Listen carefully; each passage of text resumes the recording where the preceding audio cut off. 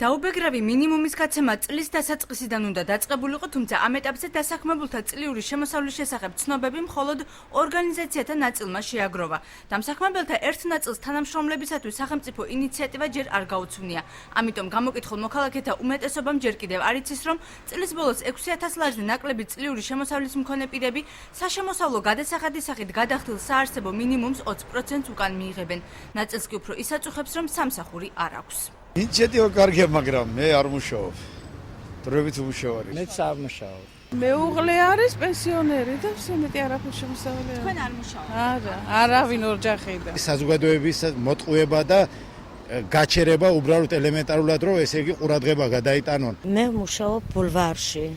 400 ლარი მაქვს თვეში. მე ვიცი, უმფროსობამ გვითხრა და ძალიან კმაყოფილი ვარ. როგორც კი შეტყობინება მივიღე საგადასახადოდან, ეგრევე დავიწყე მონაცემების გადაზუსტება, რომ ჩემის გამო არავინ არ დაზარავდეს. ჩვენს ორგანიზაციაში მე მგონი ჯერ არაა დაწყებული.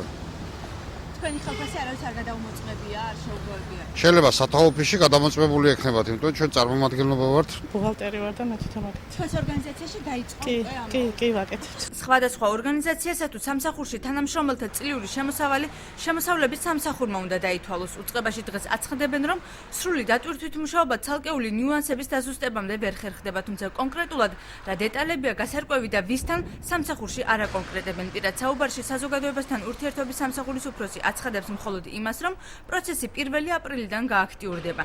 საქართველოს ფინანსთა მინისტრი 20 იანვარს გაკეთებულ განცხადებაში აღნიშნავდა, რომ შემოსავლების სამსახურს ქვეყნის მასშტაბით თითოეული დასაქმებულის მონაცემი ხელთ ჰქონდა.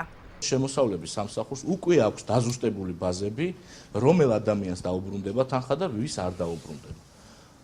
დაახლოებით 170 მილიონი ლარი დაბრუნდება, უნდა მივიდნენ ნებისმიერ კომერციულ ბანკში, წარადგინონ მხოლოდ პირადობის დამადასტურებელი მოწმობა, ბანკის თანამშრომელი გადაამოწმებს ინფორმაციას ბაზაში და თუ ადამიანი აკმაყოფილებს მოთხოვნას, მის ანგარიშზე უახლოესი, ალბათ მეორე და მესამე კვარტლის განმავლობაში დაირიცხება მაქსიმუმ 360 ლარი. იმის გამო, რომ ფინანსთა სამინისტრომ ჩვენთან საუბარი დღეს არ ისურვა, გაურკვეველი დარჩა მიიღებენ თუ არა მეცამეტე ხალხას თვით დასაქმებული ადამიანები, როგორიცაა მაგალითად ტაქსის მძღოლები და ძიძები.